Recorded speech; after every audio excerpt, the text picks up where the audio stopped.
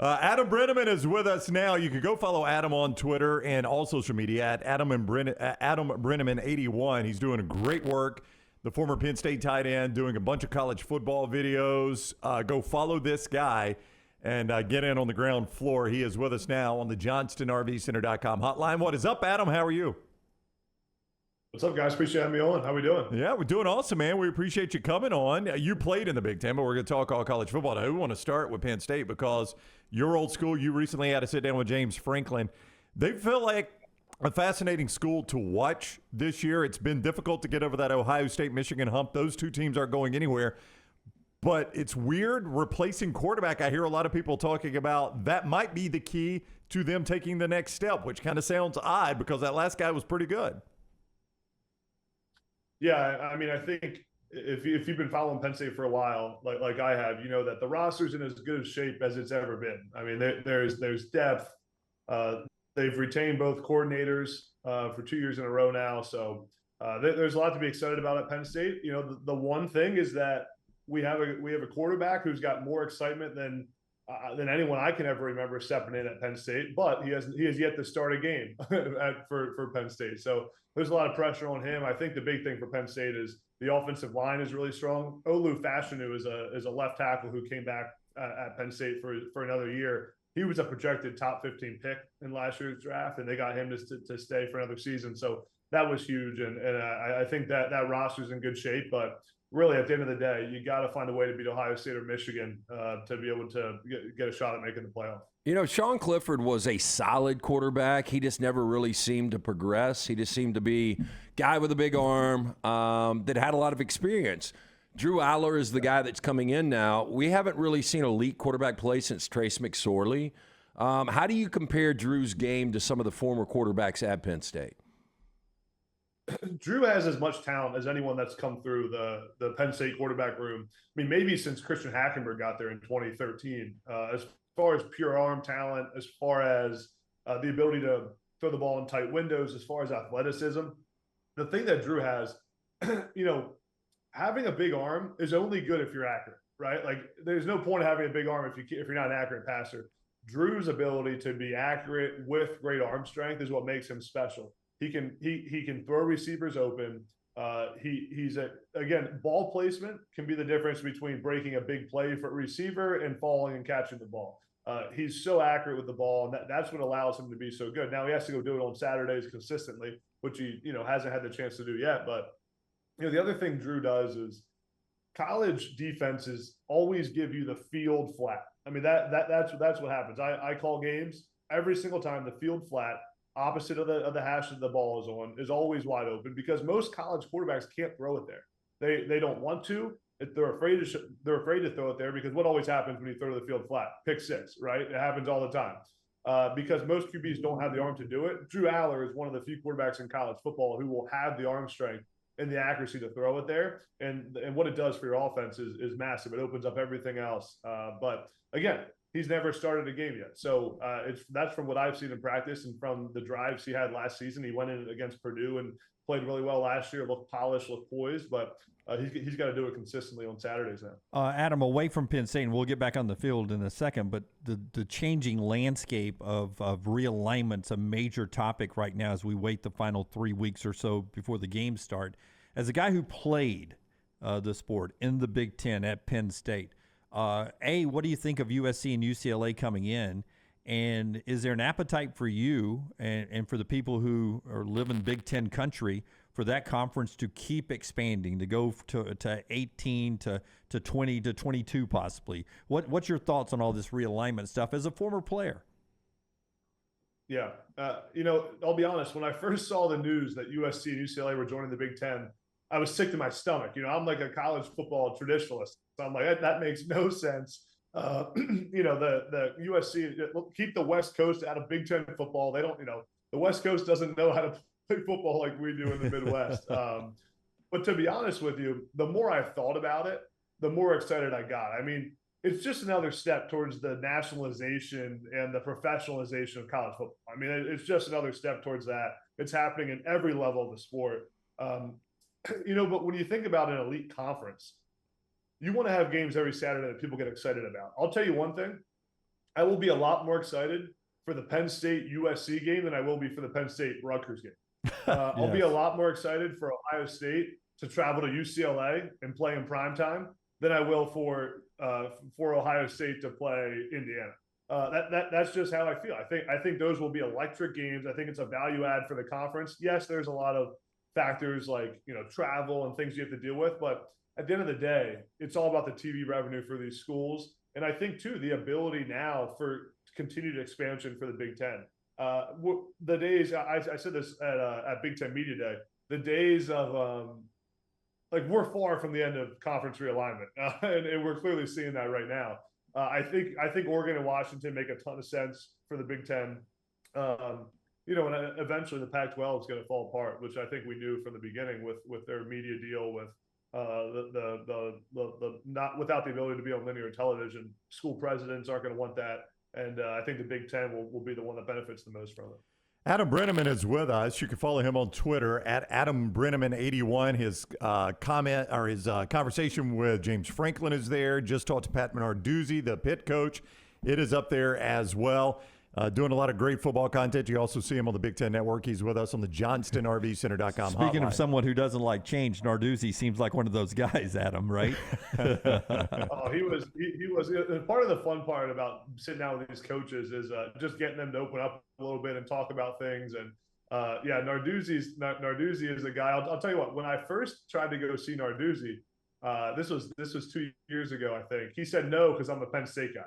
He said we can't let him anywhere near our program. And I actually ended up, my offensive coordinator when I was at UMass ended up being the OC for Narduzzi, Mark Whipple. He eventually let me come to practice one time. I said, listen, I'm not giving Penn State your plays, man. Like I just want to come watch practice.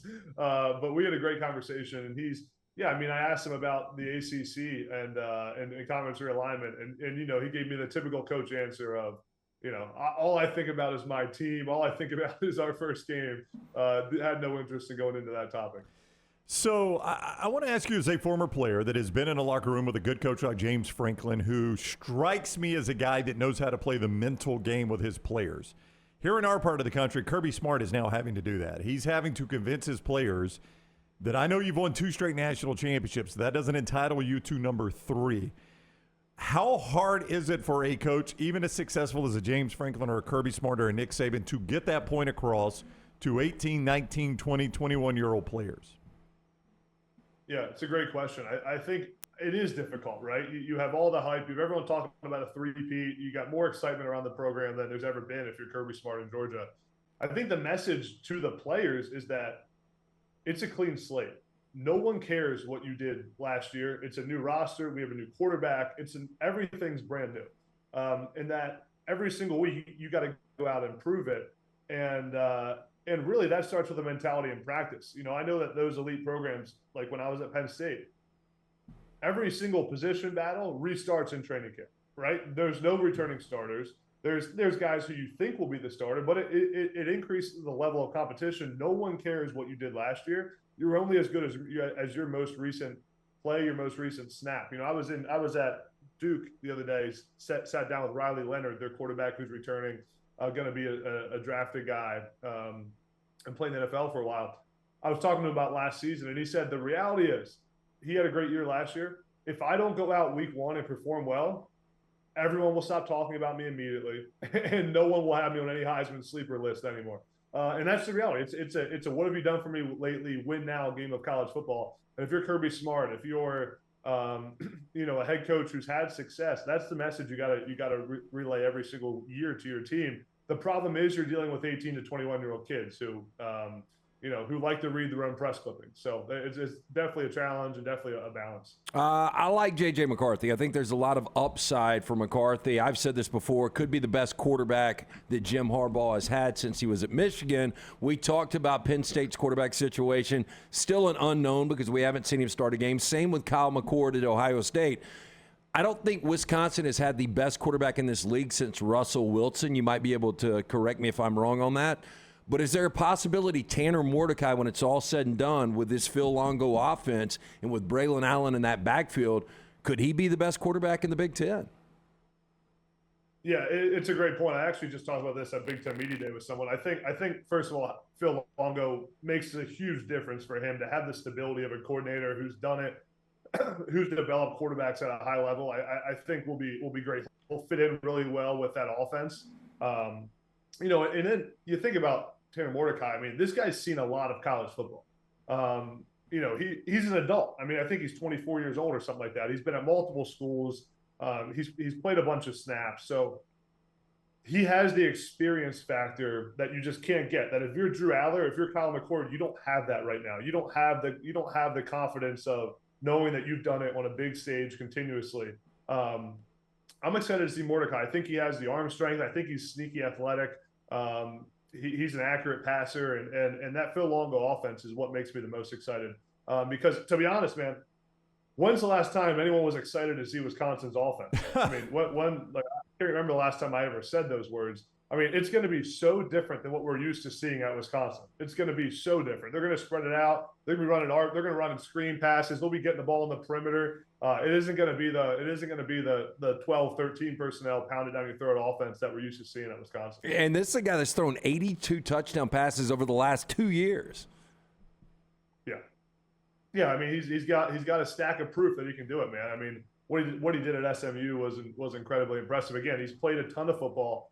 Usually, guys, if I'm betting on a guy, usually it's the guy that's done it and proved he can do it in big games that I'm going to take, with all else off the table. So I think your point's valid that Mordecai's got a chance to, if he can play consistently, to end the season as the best or one of the best in the Big Ten. Who are some of your favorite play callers to watch on Saturday? Are there 2 or 3 guys that you love the way they stack games and plays and work throughout the 4 quarters to really do a great job of play calling? Yeah, it's a good question. I think the one guy that's impressed me the most of anyone I've seen. And I got to see a lot of it because last year I called a bunch of MAC games for ESPN. Is Joe Moorhead at Akron, who was the OC at Penn State. I never was there with him, but his ability to manipulate the defense is extremely impressive, and how he's able to put his guys in great positions. Graham Harrell's a guy who I really liked, who was at West Virginia last year. I called a couple of his games. He's the OC at Purdue now. Guy was a quarterback, threw for a ton of yards in the air raid system at Texas Tech. I talked to Graham Harrell about his offense one time, and he said, I love this quote from him. He said, "Our offense is simple with the illusion of complexity." And I think that's really what it comes down to when you're a play caller, when you're an offense, when you're building your call sheet. Is it needs to be simple for your players, and it allows them to play fast, but it needs to look complex to the people watching it at home. It needs to look complex to the defense. And Harrell said another great thing when I was talking about his offense. He said, if my system doesn't allow guys to play fast, then we're doing those kids a disservice. If we're have so much stuff on their plate that they can't go out there and just fly around, then we're not doing our job. So I think Graham Harrell's a guy who will be continue rising the ranks. He'll be a head coach soon in college football, and I think he'll do a really good job at Purdue. Another play caller I'm excited to see is Bobby Petrino, if he's allowed to call the plays at Texas A&M. I think Petrino is going to give that offense a jolt of energy that it desperately needs at A&M. This is a good question, man. I could give play callers for days. I'm excited. I'm excited to see. But I think there's so many good guys in college football. And